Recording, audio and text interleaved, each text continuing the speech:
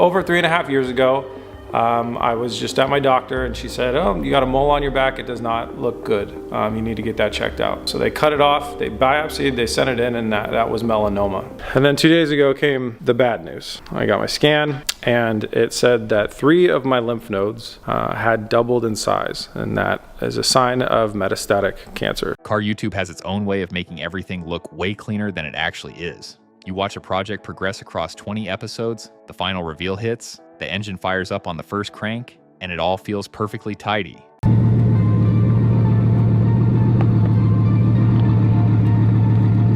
can't believe you're going to attempt to go 200 miles an hour in this thing. I know, that's going to be scary as anything. But the absolute chaos, the blown budgets, the panicked legal phone calls, and the middle of the night crises where a project stops making any sense, most of that simply gets left on the cutting room floor. For years, B is for Build has been one of the absolute giants of this space. Welcome to a very exciting episode of B is for Build. I'm your host, overexcited car guy, because today, it's not Friday, it's not Saturday, it's my favorite day. Chris Steinbacher started the channel back in 2015 out of a backyard in Portland, Oregon, before turning it into a massive full-time operation. He earned a fiercely loyal audience and tackled builds ambitious enough to get featured by major outlets like Hagerty and Jalopnik. We are talking about projects most professional custom shops wouldn't dare touch, like grafting a classic 1967 Mustang body onto a modern chassis, building multiple wild Lamborghinis, and pulling off complex manual swaps. By any metric, it is a seriously impressive operation, but the channel's history also includes some major bumps in the road that are worth examining honestly. This isn't about defining the channel by its lowest points, but rather looking at the real tensions that exist when you make automotive content for a living. What happens when building cars for public views collides directly with corporate trademark law? What are the actual ethical boundaries around salvage title transparency? And what happens when a creator's raw ambition outpaces what is realistically achievable? That is exactly what we are breaking down today. To understand why these legal and community battles hit the channel so hard, you have to look at what B is for Build was originally trying to be. I'm Chris, this is B is for Build. This is our Subaru BRZ, and today we're gonna film our starting video. Chris Steinbacher started the channel in 2015 around the philosophy of built, not bought, a core belief in car culture that values hands-on labor over simply writing a check. The channel kicked off with a basic Subaru BRZ rebuild. The early videos were low budget, self-shot, and entirely genuine. There was no professional crew, slick production value, and scripted drama. It was just a guy explaining his mistakes and decisions in real time with the camera rolling. This raw honesty is exactly what built deep trust with a highly technical audience. In an automotive YouTube space that was already starting to manufacture fake deadlines and fake tension, Chris positioned his channel as the exact opposite. That authenticity paid off and scaled massively. By the time Chris began rebuilding a fire-damaged Lamborghini Huracan in 2020, his garage project landed him a feature in the New York Times. The channel had earned a fiercely loyal, knowledgeable audience. This background is critical because when a channel builds its entire brand on transparency, any perceived break in that trust causes massive waves. But even with that loyal audience backing them up, the channel eventually ran into a massive corporate wall that completely altered its trajectory, the Eleanor lawsuit. Leading up to 2020, the B is for Build team was deep into one of their most ambitious projects yet. They were trying to graft a classic 1967 Mustang fastback body onto a modern 2015 Mustang chassis, styling it to look exactly like the famous Eleanor Mustang from the Gone in 60 Seconds remake. The raw fabrication work was incredible, pulling in millions of views and quickly becoming the flagship series on the channel. Then the legal hammer dropped. Denise Shakarian Halicki, the widow of the original film's creator and the owner of Eleanor Licensing LLC, sued B is for Build for intellectual property infringement. For decades, Halicki had fiercely guarded the rights to the Eleanor car, arguing in court that it was not just a vehicle, but a fully protected character with its own distinct personality traits. Because past court rulings had actually backed her up, most professional custom shops already knew to stay far away from building Eleanor replicas. But Chris marketed the project openly as an Eleanor build, copied the movie car's appearance down to the details, and ran it all on a monetized YouTube channel. To Halicki's legal team, this was a clear case of profiting off their protected trademark. Instead of draining his savings fighting a massive corporate entity in court, Chris settled. The consequences were brutal.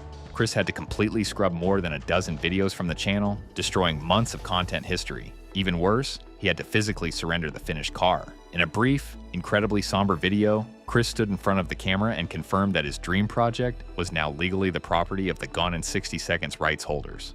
The Mustang that we had built is now property of Gone in 60 Seconds, and the Mustang build is over. It's done. The internet instantly exploded into a massive debate. On one side, car enthusiasts were furious, viewing Hagerty as a corporate bully destroying a passionate fan build over a harmless movie tribute. On the other side, critics pointed out a harsh business reality. B is for Build is a highly profitable media business, not a hobbyist working in a vacuum. They were generating ad revenue and growth directly from an intellectual property that had been aggressively litigated for years. For the wider YouTube community, it became the ultimate cautionary tale. The legal risks surrounding the Eleanor name were public knowledge, long before Chris bought his first parts car. Failing to do that basic legal research ended up costing the channel thousands of dollars, a massive chunk of content, and a near-finished supercar. The final twist to this whole story is incredibly bitter. In 2025, the Ninth Circuit Court of Appeals ruled in a completely separate case involving Carroll Shelby licensing that the Eleanor Mustang is actually just an action movie prop and cannot be copyrighted as an independent character. That landmark decision effectively dismantled the exact legal argument Hagerty had used to terrorize builders for decades. But for Chris, that victory arrived far too late. His settlement was already signed, the car was already gone, and one of the most famous projects in automotive YouTube history was lost forever. The Eleanor disaster was the most dramatic single blow to the channel, but it ran parallel to a slower burning criticism from long-term viewers, the growing gap between what the channel promised and what it actually delivered. In the early days, videos followed a simple, satisfying formula. Chris picked a single car, patiently tackled problems one by one, and let the learning process breathe. But as the channel scaled into an automotive heavyweight, that formula shifted. Bigger budgets brought bigger ambitions. Suddenly, multiple complex builds were running simultaneously, thumbnails grew flashier, and looming SEMA deadlines became recurring storylines. This evolution changed what fans expected from B is for Build. Across Reddit and YouTube comment sections, viewers began pointing out a frustrating pattern. Projects felt incredibly rushed. Builds would vanish for months at a time, and others would suddenly conclude with a single, hurried video instead of the deep documentation that built the channel's reputation. The famous Burnt-to-Can project perfectly captured both sides of this debate. By taking a fire-damaged Lamborghini Huracan and transforming it into a twin-turbo, LSO-swapped, manual transmission wide-body monster, Chris achieved a legitimate engineering triumph that landed him a feature in the New York Times and a spot on the SEMA 2019 show floor. Yet the series also exposed the brutal pressures of the modern YouTube algorithm. The episodes were a frantic blur of all-night fabrication sessions and impossible deadlines. Even loyal fans pointed out that the breakneck pace showed in the final product, with online forums criticizing the rushed fit and finish, hoping the car would get the refinement it deserved once the camera stopped rolling. The core issue isn't that Chris lacks creativity or fabrication skill. The real complaint is that the sheer scale of the channel forced a shift in priorities. What started as an authentic, methodical diary of one guy fixing a car evolved into a high-speed production line built around overlapping projects, major event deadlines, and a relentless upload schedule. For some, it was the inevitable price of success. For others, it was the exact moment B is for Build became more focused on feeding the content machine than finishing the cars. To be fair, this struggle to balance quality with quantity highlights a harsh reality that isn't entirely Chris Steinbacher's fault. The very platform he built his business on actively fights against the exact style of video that made him worth watching in the first place. The YouTube algorithm ruthlessly rewards watch time, click-through rates, and relentless upload frequency. To survive at scale, creators are practically forced to lean into dramatic titles, hyper-clickable thumbnails, and aggressive hooks in the first 30 seconds. On top of that, you have to constantly manage sponsored segments, merch stores, Patreon tiers, and brand deals that frequently pull the content in directions serving a corporate sponsor rather than the actual build. Every single car channel at scale faces these exact same pressures, and they all bend to them to some degree. The creators who bend too far lose the trust of their audience, while the ones who completely refuse to bend usually fail to grow or sustain themselves financially. What makes the trajectory of B is for Build so fascinating is that Chris explicitly positioned his brand against this exact type of manufactured drama from day one. He literally started the channel because he was frustrated by old school television car shows that fake deadlines, stage problems, and prioritize cheap entertainment over honest documentation. Because of that foundational philosophy, the Eleanor disaster raised serious eyebrows regarding his basic due diligence, and why incomplete builds frustrate long-term viewers far more than they would on a channel with different promises. The platform also introduced intense demonetization pressures over the years that pushed the channel towards safer, more conservative content choices, while multiple copyright claims cost Chris both revenue and video history. The very platform that made B is for Build possible in 2015 also made running it as originally intended almost impossible. None of this excuses the specific decisions that led to his legal battles or community backlash, but it provides the critical context needed to understand why automotive YouTube channels that start out entirely genuine so often end up somewhere much more complicated. This blurring of lines between the channel and reality extends beyond the workshop. It is hard to discuss B is for Build without acknowledging that Chris Steinbacher's personal life became a core part of the content, creating its own messy layer of public accountability. His longtime partner Chelsea was a regular presence on screen for years. Their relationship was highly visible, culminating in a recorded Disneyland proposal in late 2019 that was shared and celebrated with the audience. Fans heavily invested in their story because the channel explicitly invited them to do so. When that relationship suddenly vanished from the upload schedule, it triggered a wave of confusion and questions from viewers. This is the exact trap that catches any creator who monetizes a personal narrative. When things are going great, the personal vlogging deepens the fan connection.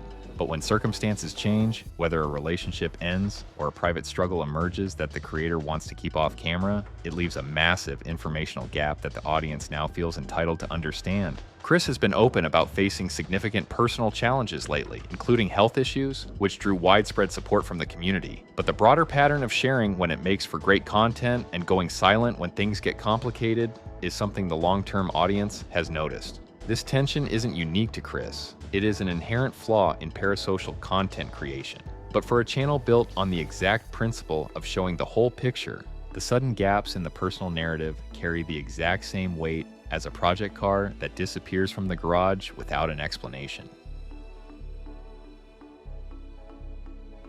So after all of this, where does the reputation of B is for Build actually sit today? The answer is genuinely mixed, reflecting real complexity rather than a simple verdict. On the negative side, the Eleanor disaster exposed a severe lack of due diligence that cost Chris a car and scrubbed 14 videos from existence. Furthermore, the build completion problem is real and heavily documented across Reddit and automotive forums. On the positive side, the channel documented real work and real skills in a way that genuinely inspired a massive audience. The twin-turbo Lamborghini project was a legitimate technical achievement, and the early uploads remain some of the best practical salvage documentation on the internet.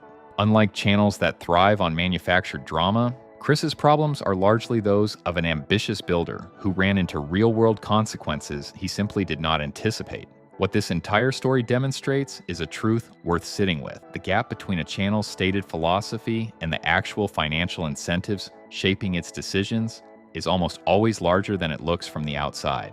Chris Steinbacher built a platform that truly mattered to people. At its core, the channel championed a powerful belief that with enough determination and honest work, you can build things that look completely impossible.